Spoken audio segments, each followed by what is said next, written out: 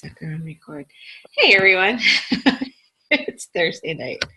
So this it's 5:30 Pacific time here in Las Vegas. It's a lovely day out. But since it's 5:30 on Thursday, it must be the Empowering Healthy Women little 30-minute check-in. Hope everyone's doing well. This is JoJo Bennington, and I'm just glad to have you all here to just kind of have our little check-in time, see what's going on with everyone, and talk about some things that are coming up. So I thought we were going to chat a little bit about the color codes tonight, but how our coincidences go is that the person who asked me to talk about it wasn't able to be here, and so asked me to wait, which I agreed. But then now I found out that Miss Laura used to actually teach this. So down the road, it will not be me teaching it. It will be Laura. So that will be funny. So always good to have someone else's voice in there besides me and Liddy and the kitty cat. Had an interesting day. We have our neighbor's dog walks on the wall. He decided to walk on the wall today and fall off the wall and break his leg in our backyard. So luckily it's all taken care of. But it was kind of derailed me a little bit this morning as we were getting started in our day. So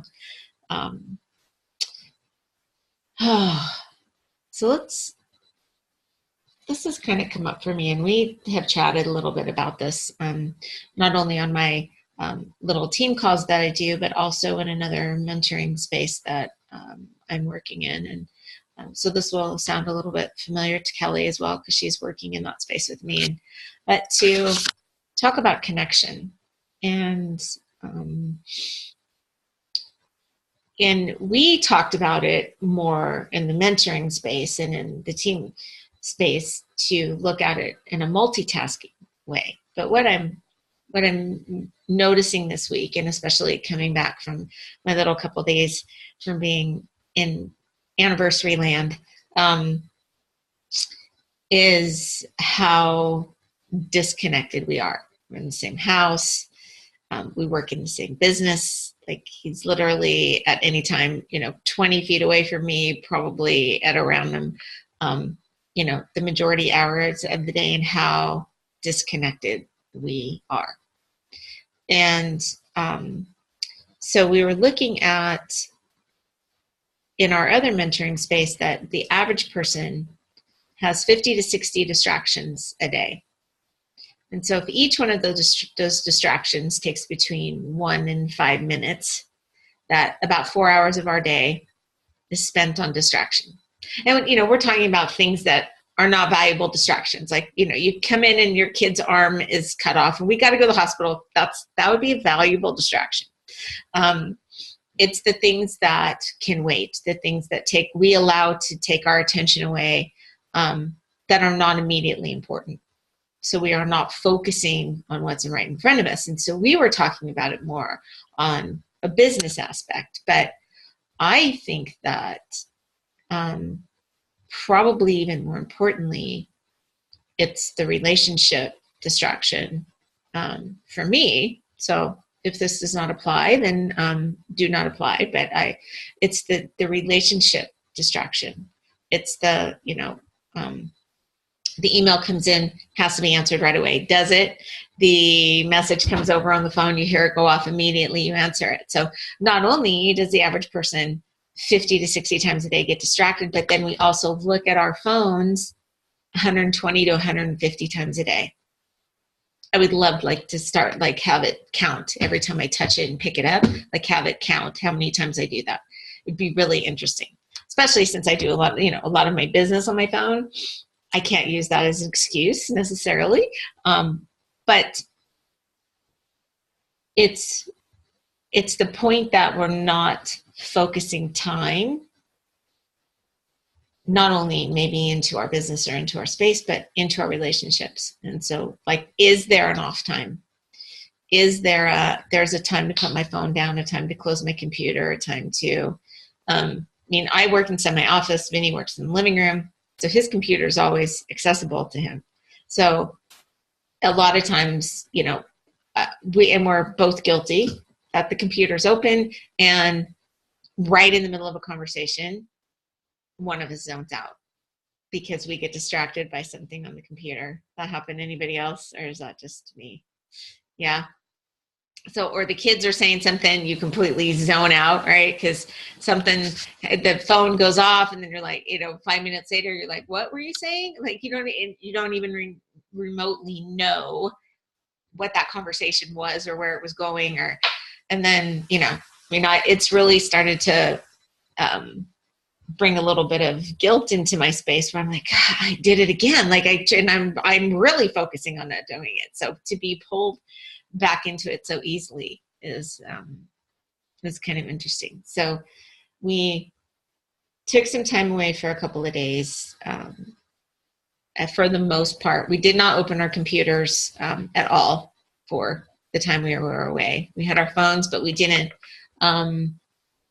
We weren't on them very much. A little bit. We had to be on them a little bit, but for the most part, it wasn't on the table during dinner. Constantly while we're talking, looking at the phone, and so now making an effort to put my phone down and put it away. Because here's my unplug. I will unplug by going, okay, I've spent my whole day doing what I'm doing on my business. I go, I veg on the couch, I play a game on my phone, I put some random thing on the television, and I just go into my little bubble. And so I'm not totally focusing on anything that we're watching. So if we were watching something together, now there's no connection because I've disappeared into my phone. He's on his, so Angry Birds and Candy Crusher, they're black rabbit holes of terrible Alice in Wonderland space. Like it's not even drink me and make me smile. It's drink me and it's just poison, right? We think that Facebook is totally our connection because we're connecting to everything, but it just becomes this huge black hole of soul-sucking time that sometimes we can't even realize how much. We were trying to figure out that, since he's left his job and started to work with me, how much time he's actually spent unplugging into Facebook. Like it's like a decade of wasted life inside of this little box. It seems crazy, but it's so true. It's so true. And so couple of things that we're going back to, which is the love languages. So do you guys all know your love language? Have you ever done your love language? So if you go to, it's the 5 love languages. And I think it's, let me see if I can find the site. So it's the 5, and it's actually 5. So it's www.5lovelanguages.com. And if you go there, then you can, you give a little bit of, like, you give your email and whatever, and you put in and you take this test, and it tells you what your love language is. And I would recommend having you do it for your kids, do it for your partners. You could do it for people that you're close with. If you have a team or you're building a business, to do it for your employees so you know what their love language is. And then what it allows us to do is recognize people in a way that they appreciate. Because typically what we do is recognize people in a way that we want. So, my love language, my top love language is called acts of service. So it's, doing things for me, taking me and getting my car washed without me asking, like those things, those are my love languages. And so I will turn around and do things for Vinny because that's my love language. So that's how I express it to him. But his love language is words of affirmation. So I can just really literally breathe some words out, give him some acknowledgement, give him, do lifting positive words. And that is totally love language for him. So can you see how there could be a disconnect? So he is thinking he's giving me his, love language, which is words of affirmation. I'm like, yeah, I don't care. Just show me, right? I don't care. Just go do, right? Because I'm an acts of service. So you can see how a lot of times we are totally disconnected, even in the way when we're trying to connect, we still aren't doing it in a way that really speaks to someone else. So I would recommend taking the test, having Honey take the test, having the kids take the test. There's actually a test for the kids too. So you can do love language with them, because who knows, you have 2 kids, they could be totally different. And you may be treating them exactly the same way, but they don't feel the same because that isn't their love language. So interesting. Right? So first step is understanding the love language piece. And then just like we're taking focused power, like power focus sessions to do our businesses, or spend time on the financial side, or to take time to do our business piece. I believe also it's power focused time to spend time with each other and to connect. And so whether it's your girlfriends, whether it's your partner, whoever it is, to actually, if you have been disconnecting, to schedule time in. If you have to write it down in your schedule or put it in your planner or whatever, to take just time and go, okay, dinner without computers and phone, dinner with nothing to talk about except, let's do some creative workshopping and go create the life that we want. Let's goal plan over dinner of some amazing place we would want to go. Something that has nothing to do with anything, that has to do with toilet paper, paying the bills, just connection, and having fun and some smiles and being silly. Have a whole dinner where you do nothing but tell jokes to each other, right? Something that would be completely outside of a norm, just to pull you out of. And if the phone goes off, you just got to make the rule. It either has to be in the other room, or has to be turned off, or it has to be put away so you aren't tempted. Unless, somebody's in the hospital and you're waiting on a message, or, there's something serious going on, put it away for a little while and just spend power focused time. So love languages, power focused time. Those are 2 great starts. There's also a tool that we learned from our life coach, which is to take time to kind of do an appreciation sandwich, which is what she calls it. So it's kind of the hard conversation smashed between 2 appreciations. So I just want you to know that I'm very grateful for all the times that you get up in the morning and clean the house and fold all the blankets and put everything away. So when I come out, it's totally nice. I'm so grateful that you always make my vegetables for me. I'm so grateful that you always make sure that I have enough isopro in the house. I'm so grateful that, but what I really don't want you to know is that, sometimes when you're on a computer too much, it makes me feel bad. And when you're not paying attention to me like that, maybe it makes me feel bad. But I totally appreciate that you got up and washed the windows this morning. So 2 appreciations, right? Smashed. And then you smash that little thing in the middle. And both people get to go. Both people get to say something. And sometimes it's not easy to just go, you know what? It kind of makes me feel bad, because it turns into that weird sort of back and forth argument space. It could be like somebody feels bad, so they feel like they have to defend themselves. And so instead of going there, it's just, thank you for your gratitude.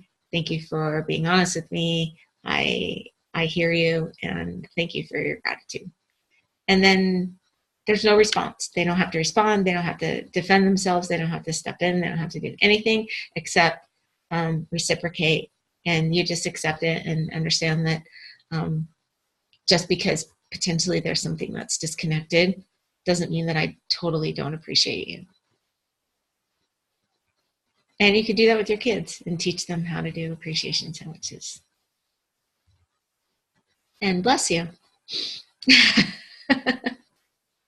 So just a couple of thoughts of reconnecting, because I just noticed how disconnected we are. And it was interesting to, we rented this cute little place up in in St. George and just kind of chilled out in our own space by ourselves, and no TV, no computer, no phone, and just had a conversation. And, no arguing, no business, it was just, reconnecting, figuring out who we were, where we're going, what we want, and really understanding how disconnected we are, how disconnected I am when, he's like, wow, it feels really good just to be able to have a conversation and have your focus and attention. And so I realize how distracted I am all the time. So one of my big steps was to be present this year. I was not doing very well since we're going into April, and I'm like going, oh yeah, I'm totally distracted. So not such a good spot, right? But personal growth is that wonderful thing that allows us to see ourselves for the amazing, imperfect humans that we are, and make ourselves a little bit better every day if we can.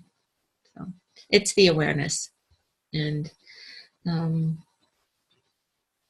being aware and doing something about it instead of just being aware and putting it on the back burner. And because we know we won't always have the opportunity to have the connection. So good that we take it now. And we do, we connect every Thursday and hang out here for a little bit. And for the most part, we're present. And it's, what if we could just do that little 30 minutes with, other people that we care about? Cool. So the 5 love languages, I would love to kind of hear the results of that and what you find out, and how you've been giving it out, and how would be a better way. So, just think, you might, especially if people, in your team or working with you, or employees that you think would love to have a bonus, but really they would just love some kind words, right? You just never know. And so it's a good thing to find out. So I'm going to leave it with that, unless anybody has anything they want to add in or mention or bring up. I'd love to hear from the gallery. Hello.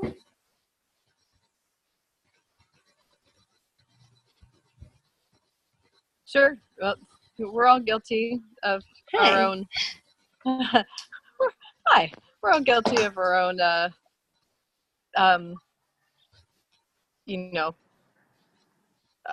distractions, and it, and mine like to follow me, but it doesn't matter where I go. I swear it doesn't find me. They all find me. But that just means that that I learned to work with, around, and through. Right? But right here, JoJo is. She asked who was on my isogenics team. Those are my friends. Hi.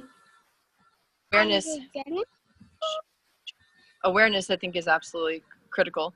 And I was speaking with, and I was basically, what I find is that every time I'm learning something, somebody comes along that I get to teach what I've learned.